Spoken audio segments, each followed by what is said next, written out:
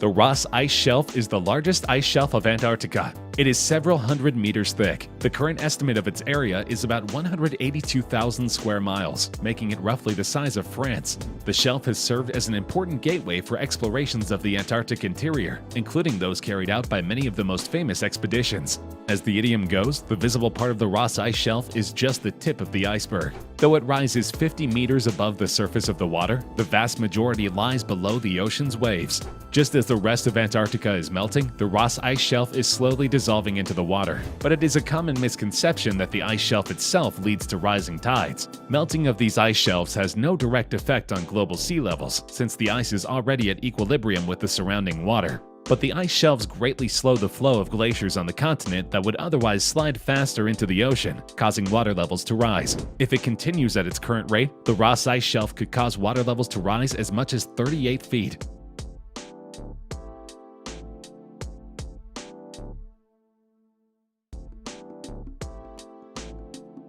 There is a small waterfall near McMurdo Station that has a very distinctive and ominous appearance. Called Blood Falls, this haunting waterfall appears to consist of human blood due to its bright red color.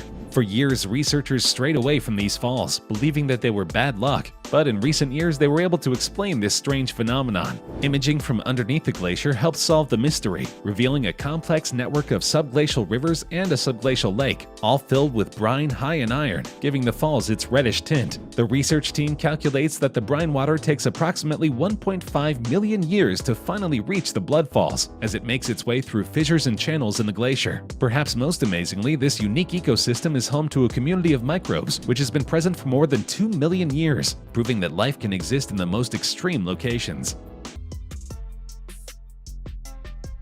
We don't normally associate ice and volcanoes, but both of these elements exist in abundance on Antarctica. In fact, Antarctica is home to the largest volcanic region on Earth.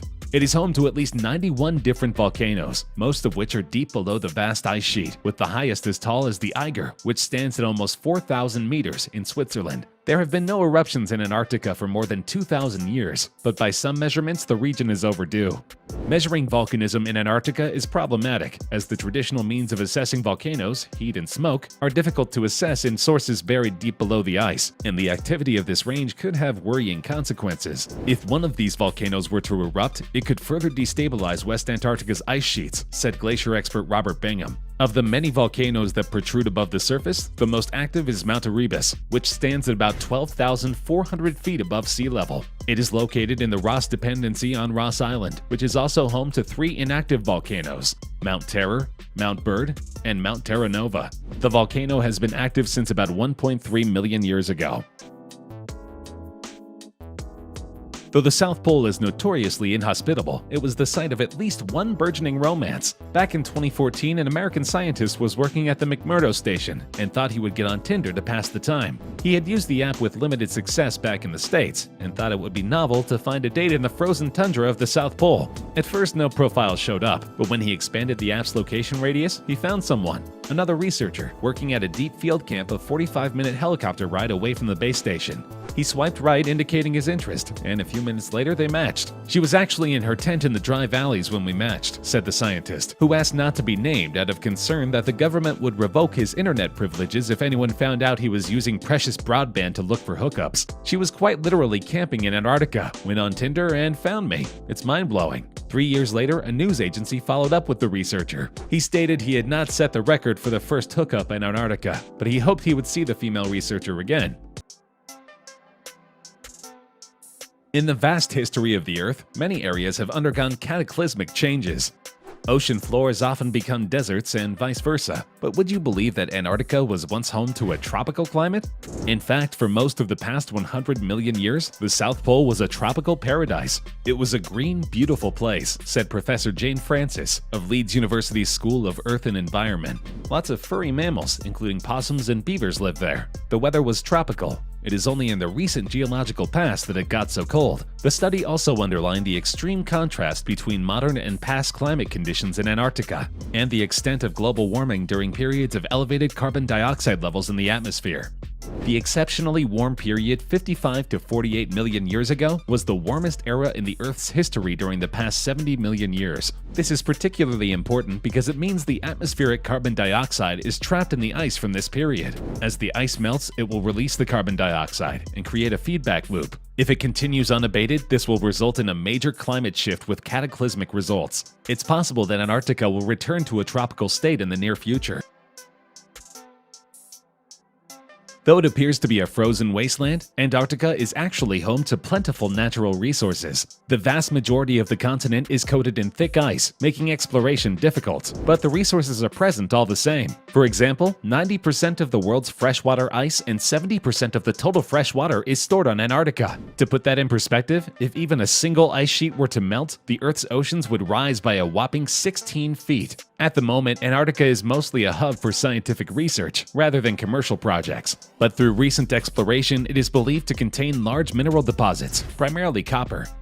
Some also believe that Antarctica is home to large petroleum deposits, but no one has confirmed this fact. Due to the Antarctic Treaty signed in 1959, no commercial mining is allowed on Antarctica. This was a fortunate choice, because the continent is home to numerous unique species that would suffer from large-scale industry. It would be further complicated by the fact that no one formally owns Antarctica, and opening the area to commercial pursuits would lead to a land grab, and maybe even a proxy war among the world's many nations.